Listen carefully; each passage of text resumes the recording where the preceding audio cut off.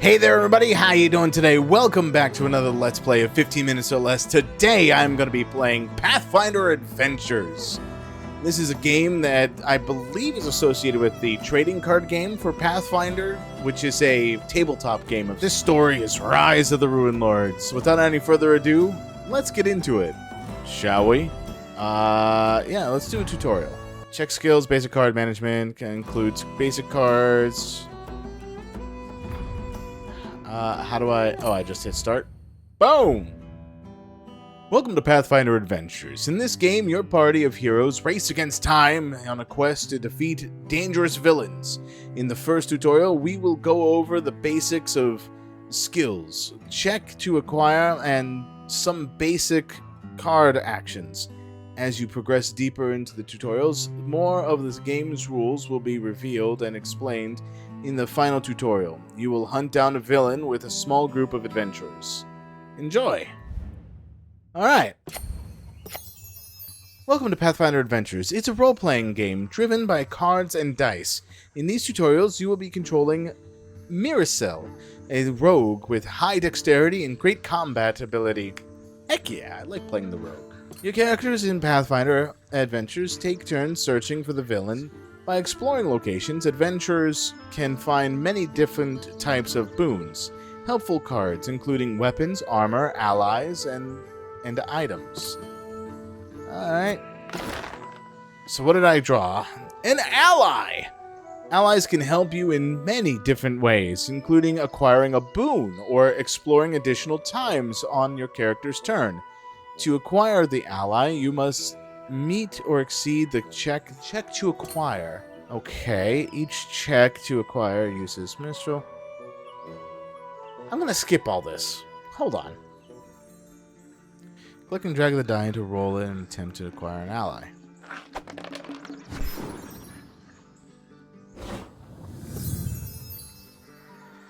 Okay, so I gotta meet a dice check to get the ally. Got it. Discard the card, you can discard the pile. But am I supposed to? Oh, I am supposed to. Okay, so check the location to see what you have to explore. Now I found a short bow. So now I need to meet or exceed. So what's the meet or exceed that I gotta do? Like an ally, meet or exceed the check acquired on the short bow to acquire it.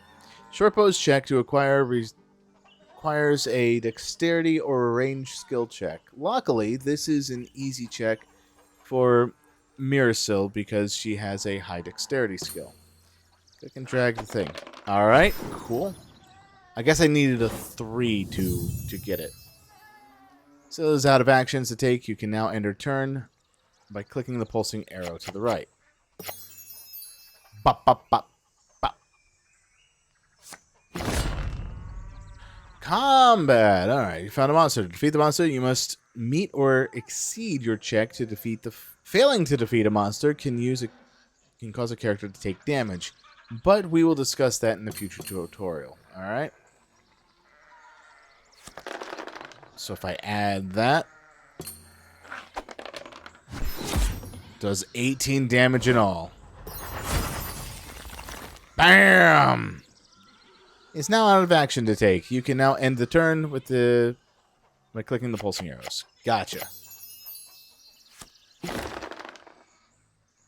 Ooh, a Blessing of Aristil. So let's see if I can get that. Natural 12. I did it. Oh, the Sandpoint Devil. You found a villain. Similar to monsters, villains have a check to defeat. If you defeat the villain, you will win the scenario. There are additional rules concerning villains, but we will discuss those in a future tutorial. For now, use the short bow or Blessing of Aristil to make sure that the villain is defeated. Okay, I use both.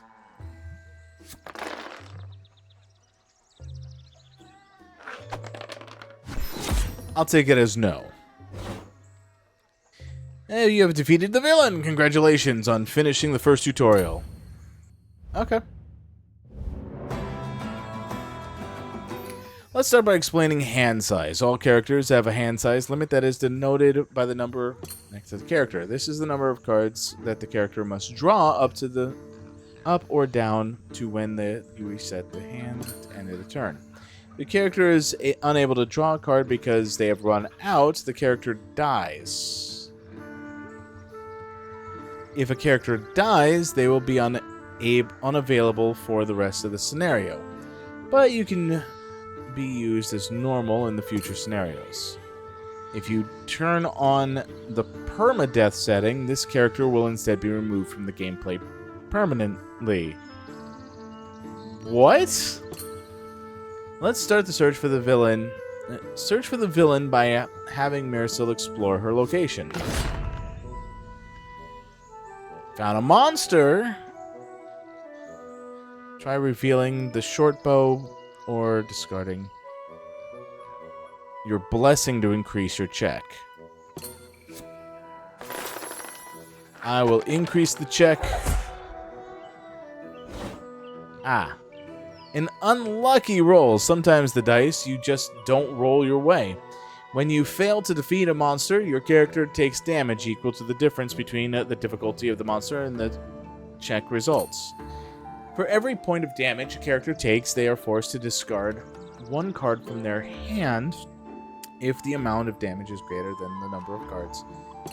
Alright, dealt to me by 1. Banish this card to reduce all damage dealt to me by 0. I'm gonna bury it to reduce it by 1. An undefeated monster is reshuffled back into the location deck. Okay. This one is now out of actions to take.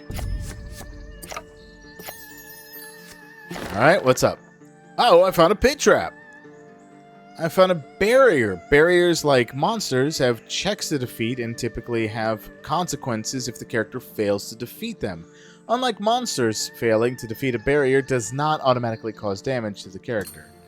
To ensure that Misriel can defeat this barrier, discard the Blessing of the Gods to add additional dice to the defeat.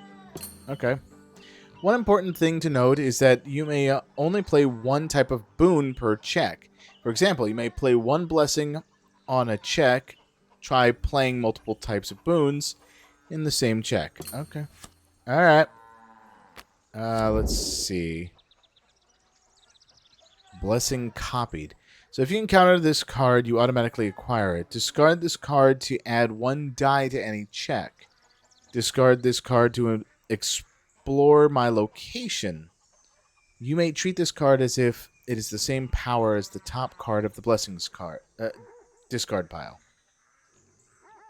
So I can't do more than that. So let's roll for a 25. Jesus. As part of the barrier's power, Mirasil may explore again after defeating it. Let's have Mirasil explore. I found some caltrops. I love me some caltrops. Can I have those caltrops? I would love to throw pointy bits at people. I got it. I needed to get a 4. I did a 10. I'm amazing. Doesn't have anything else on it, so let's end the turn. Got it.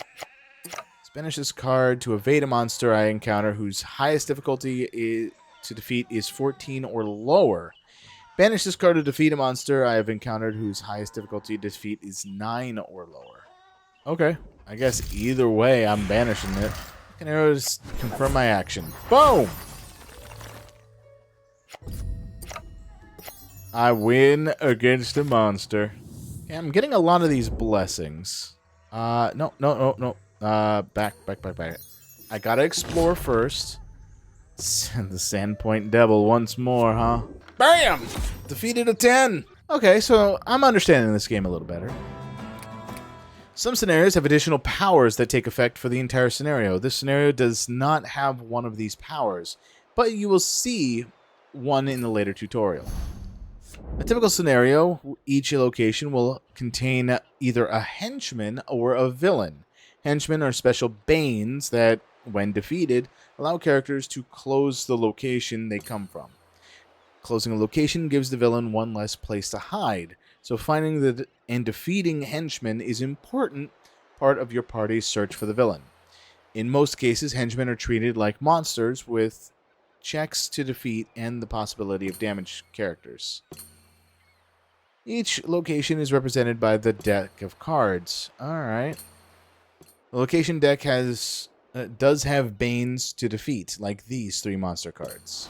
Location deck will also have useful boons to acquire. These 3 item cards will be there. Remember, henchmen and villains are also hidden in the location decks. Now I gotta find the cultist to beat this location effectively. Let's go! In this tutorial, you will not be searching for a villain. Your objective is to close the farmhouse location. You will get a chance to close the location by either defeating the henchman or exhausting all the location cards. The farmhouse has 2 powers that should be aware of. First, if you would ever discard an ally, you bury it instead. And second, to close this location, you must defeat a random monster. Let's start by looking for a henchman by exploring the farmhouse location. I found a burglar. So if I just use you... Alright, recharging a card places it on the bottom of the character's deck. Okay. To recharge a card, you can also drag it into the character's deck. Got it. The burglar was impressed with my sneaking skills, so let me tell you what. So let's look for this henchman in the farmhouse. Oh, I did not get that. If you fail to acquire a boon, it will be banished. Don't worry, though. There are always more boons to find in their location. Okay. I'll have to keep that in mind for the future. Okay, so with the combat, I'm going to reveal my short bow to do way more damage. Beat up the goblin warrior. Potion of Glibness. Banish this card and choose a character at my location to automatically succeed at a non-combat diplomacy check. For your combat check, reveal this card to use your dexterity or range skill plus 1d4. I guess I'll delete. Since you are ending your turn with more cards in your hand than the hand size, you must discard down to your hand size, which is 5. I guess I'm gonna go with the darts to discard. Now we're talking. We got some combat going on. You charge this card to add 1d6 to your disable or stealth skill. Got it. Gotcha. I'm going to reveal my bow and arrow against that zombie and do 10 times more damage. The Luck Stone. Okay. So I need a wisdom check. I have a d6 in it. And now I need to figure out what to get rid of. So discard this card to add 1 to my check if I may succeed at a wisdom or survival check. I guess I'll discard the crowbar. I reveal my attack. That gecko is nothing. Let me recharge the burglar, so I can at least guarantee I'm getting past the pit trap. Let's explore now. You have found the henchman. Defeat it so you can attempt to close the location. BAM! To close the farmhouse location, you will need to summon and defeat a monster. If you succeed, the location will be closed. If you fail, you will need to exhaust the entire location deck before you can attempt to close again. Close the location? Yes. So I'm against a bugbear, so let's fight. BAM! I needed to beat the 10. I got the 17. And that location is defeated. That is all the time I have for this one, everyone. I've done 3 tutorials. I understand this game a little better now. And if you want to play this, it's on Steam. If you want to see me play more of this, let me know in the comments below. And until next time, have fun, everyone.